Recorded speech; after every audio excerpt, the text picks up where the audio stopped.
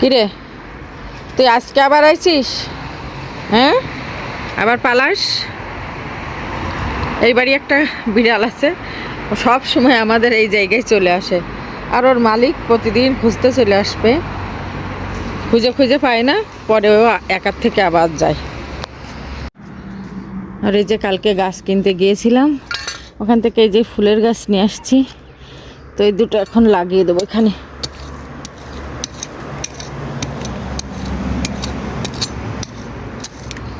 এই যে লেবুর চারাটাও লাগিয়ে দিয়েছি, আর এই যে এখানে ফুলের চারা দুটো লাগিয়ে দিলাম, জানি না কীরকম হবে, এখন একটু জল দিয়ে দেব।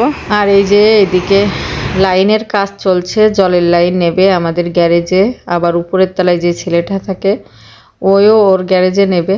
তো ওরা অনেক কষ্ট করে দুইজন মিলে এখান দিয়ে খুঁজে, আমার হাজব্যান্ড আর ওই উপরের তলার ওই ছেলেটা দুইজন মিলে খুঁজে তারপরে ওর ভিতর দিয়ে পাইপ দিয়ে এখন ওই জায়গাতে জলের লাইন নিচ্ছে। এখানে কিন্তু মিস্ত্রির খরচ অনেক, যে জন্য নিজেরা কিছু কাজ করতে পারলে সেটা অনেকটা ভালো হয়। এই যে দেখেন কাঁঠাল খাচ্ছে আজকে, ইটালিতে আজকেই প্রথম এবছর কাঁঠাল কিনেছে। তো কাঁঠালটা খেতে খারাপ না, কিন্তু ভিতরে কোষ মানে রোয়া যেটা, ওইটা বড্ড কম, আর খুব মানে আমার খুব একটা পছন্দ হয়নি কাঁঠালটা। দাম হিসাবে না কাঁঠাল পোষালো না খেয়ে।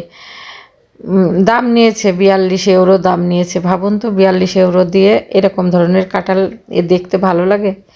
যদিও কোষগুলো খেতে মিষ্টি আছে, ভালো আছে।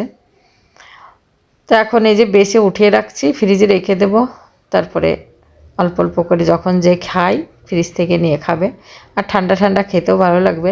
এখন যাব মেয়েকে আনতে, মেয়ের আজকে আবার ওই স্কুল প্রায় এখন শেষের দিক, তো এখন বিভিন্ন প্রোগ্রাম স্কুলে থাকে। তা আজকে ওর যে স্কুল শেষে দপস্কলা করতো, ওখান থেকে অনুষ্ঠান আছে, তো ওখানে গেছে আজকে। তো এখন ভাবছি রান্নাবাড়া শেষ করে ওখানে যাব, ওকে নিয়ে তারপরে এবার একটু মার্কেটে যাব। কালকে আবার ব্যস্ততা আছে, কালকে আমাদের সেই একটু পিঠা উৎসব আছে, তো এই জন্য একটু কাজও আছে, ব্যস্ততাও আছে। এখন মেয়েকে নিয়ে যাব মার্কেট হয়ে বাসায়। এই যে আজকে মেয়ের স্কুলের থেকে, এই দপস্কলার থেকে এখানে বেশ ভালো একটা প্রোগ্রাম করেছে, সব বাচ্চারা যারা সারা বছর দপস্কলা করেছে, তো বেশ কয়েকটা স্কুলের গ্রুপ মিলে এখানে অনুষ্ঠান করেছে। বাচ্চারা বিভিন্ন ধরনের পার্টিসিপেট করেছে এখানে, ছবি আঁকা, কোনো কেউ যে যেটা ডিজাইন করতে পারে, কাগজ দিয়ে ফুল বানানো, এরকম নানান জনে নানানটা করেছে।